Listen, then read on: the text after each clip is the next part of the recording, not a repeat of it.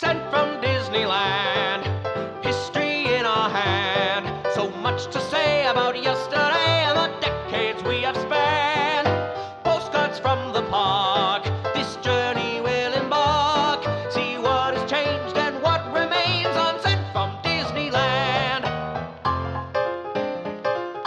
Sent from Disneyland. Welcome to the Sent from Disneyland podcast. Here age relives fond memories of the past.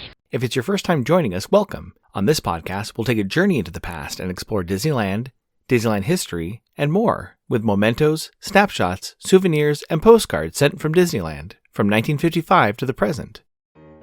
Let's start by thanking my patrons from patreon.com. You can join in at any level to support the show and receive snail mail from my trips to Disneyland and from my desk, plus some sneak peeks and bonus content.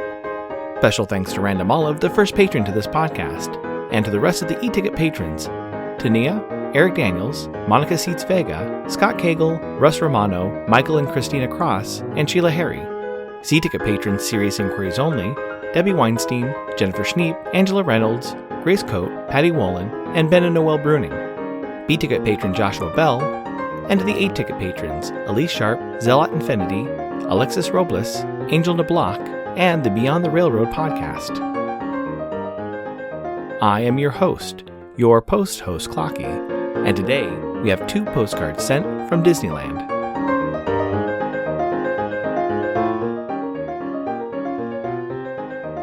The front of our first postcard has the facade of It's a Small World.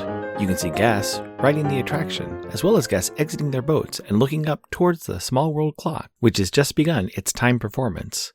On the back it reads, It's a Small World, a gala toy parade begins as It's a Small World's imaginative clock performs the time, an exciting bon voyage for guests embarking on the happiest cruise that ever sailed. It's not postmarked, but was sent with a 9-cent Capitol Dome Right of People Peaceably to Assemble postage stamp, Scott number 1591.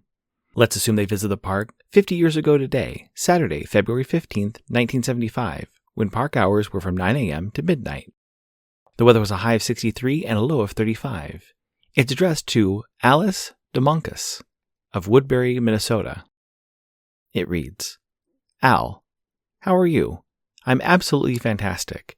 I've never been happier. It's absolutely heaven. I don't want to come home. Not even homesick or homeroom sick. The weather is perfect, and we've been everywhere. I'll tell you in homeroom everything. Much love, me.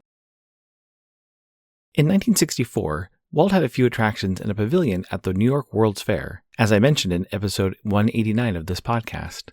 One of the attractions, which was transferred to Disneyland in 1966, was It's a Small World. This episode, let's look at the facade of the attraction over the years. Looking at old postcards of the original show building at the World's Fair, it was a simple building with a slightly curved front wall. In front of the attraction was a large kinetic structure called the Tower of the Four Winds, designed by Imagineer Rolly Crump. The original design was just a 12-inch model on Rolly's desk. Walt asked for a larger half-inch scale model with moving parts.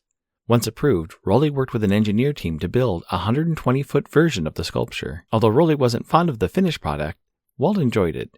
The end cost was around $200,000, and it became a great landmark and was a common meeting place as it was unique and could be seen from a great distance. The exterior of the show building had a large sign which looked like an unfolded map with a zigzag top and bottom.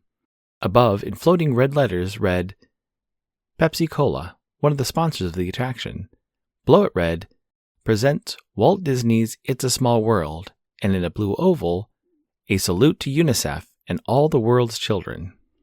Guests of the fair could get on a boat on the outside of the building, like how guests enter the attraction at Disneyland today.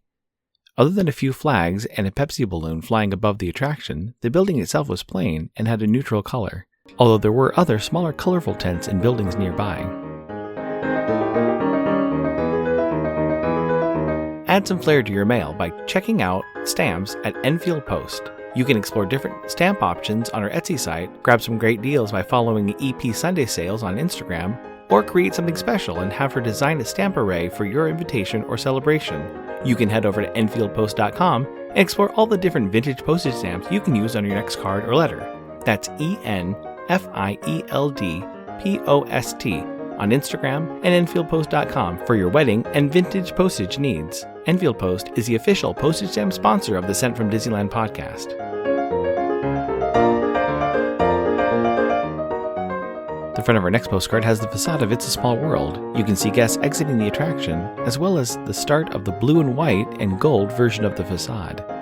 On the back it reads, "A world of laughter. Topiary animals seem to sing the praises of Fantasyland's unforgettable, joyous tribute to the children of the world." It's postmarked August 30th, 1993, with an Anaheim cancel and a 19-cent fawn postage stamp, Scott number 2479. I assume they visit the park on Saturday, August 28th, 1993, when park hours were from 8 a.m. to 1 a.m. The weather was a high of 81 and a low of 65. It's addressed to Mom and Dad of Los Altos, California. It reads, Sunday. Hi. Miss you. Today was a rest day. The beach and driving around Beverly Hills. The weather on the beach was sunny and warm. We even went in the water. The water temp was 72 degrees. Outside was 82 on the beach. Then we had a late dinner at Black Angus. We'll be home soon. Can't wait to see you both. And Bushy and the girls. I hope you aren't too pooped out. You guys are wonderful. I had to get this card because it reminded me of the first time you took me to Disneyland. Didn't we go on it about 6 times? A lot has changed about Disneyland, but this ride is still the same. Universal Studios tomorrow. Tons of love. Siobhan. OXXOXO. We are very sunburnt. When the attraction moved to Anaheim, one of the major changes was the facade. Rolly worked with Imagineer Mary Blair to create a new look for the exterior of the show building.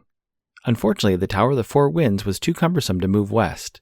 In the book, It's Kind of a Cute Story, Rolly recounts taking Mary's geometric drawings and making building blocks to create a small 3D model. Eventually, a larger half-inch scale model was made for Walt's approval. The Imagineers didn't have time to clear off a table, so there were trees included in the design. Walt liked the trees next to the geometric shapes, so they kept them in the design. There was still one thing missing. The original plan was to have the facade stretch 60 feet high and run 30 feet long. The decision was made to add a clock to the front of the structure. This clock would be similar to a cuckoo clock, or like the Glockenspiel at Marienplatz in Germany. This gave the attraction similar kinetic energy to the Tower of the Four Winds. Every 15 minutes, the time is displayed in the middle of the clock as figurines of children parade around the sides of the clock in 2 circles. Rolly enlisted help from Mary again for the design elements, and Jimmy McDonald, who worked at the Disney studio as a sound effects artist and the second person to voice Mickey Mouse, after Walt of course, to help with the sounds the clock would make throughout the day. The original facade was gold and white, but had some variations over the years. In the late 70s, a blue color was added to the design, and in 1992, the attraction became much more colorful with pastels to mimic the version of the attraction which had just opened near Paris at Euro Disney. Also in the early 90s, with the change of sponsorship from Bank of America to the toy company Mattel, the queue was reversed. This allowed guests to exit through the gift shop, which was added and filled with Mattel toys.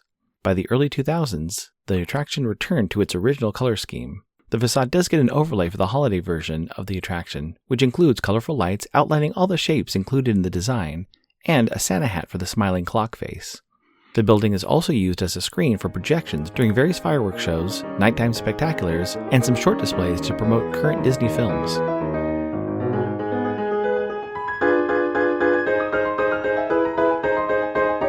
My incoming postcard is sponsored by the Art Throwdown. Art Throwdown, or ATD, is a craft hour on Instagram, starting at 9 p.m. Eastern or 6 Pacific. Art Throwdown is a wonderful community of artists who love to share their craft, from creating sticker postcards and coloring techniques to intricate paper cutting and unique crafting. It's always a treat to watch a show and occasionally get some one-of-a-kind postcards from the group. Each host brings something a little different to each show. I'll list some of the regular hosts, or you can follow Russ Romano 2021 on Instagram. The front of my incoming postcard has a pen and ink illustration of the facade of It's a Small World during the holiday season. You can see the different spires, lights, and bushes and trees around the clock face. It's postmarked February 10th, 2025 with a Santa Ana cancel and a rose brown and gold Thank You Forever postage stamp, Scott number 5519. It reads, Hope you're well, Miranda, at Miranda Draws Stuff. Thank you so much for the postcard, Miranda. What a perfect postcard for this week's episode. As I've mentioned before on previous incoming postcards, I do love getting original art postcards. There's something special about knowing I have a one-of-a-kind piece of art in my postcard collection. I'm always tempted to get blank postcards and look for artists around Disneyland who are sketching either a character or a building to see if I can have them send me a surprise piece of art. Be sure to follow Miranda on Instagram to see what she draws next. Thanks for listening to Sent from Disneyland. If you enjoyed this podcast, please subscribe and tell your friends. It would also help to leave a 5-star rating and comment on whatever podcast platform you use. If you'd like to support the show financially, please check out our Patreon page at patreon.com/sentfromdisneyland. You can find me on Instagram and TikTok at Sent from Disneyland or my website, sentfromdisneyland.com. For questions and comments, send me a postcard addressed to Sent from Disneyland, P.O. Box 44, Hood, California, 95639. This podcast is not affiliated with Disney, the United States Postal Service, or any post office or Disney-related properties. Opinions expressed on this podcast belong to the host and guests of the Sent from Disneyland podcast. This podcast is produced and edited by Clocky McDowell, website designed by Misty McDowell, theme song was written and performed by Noah Sunday Lefkowitz. Take it away, Noah.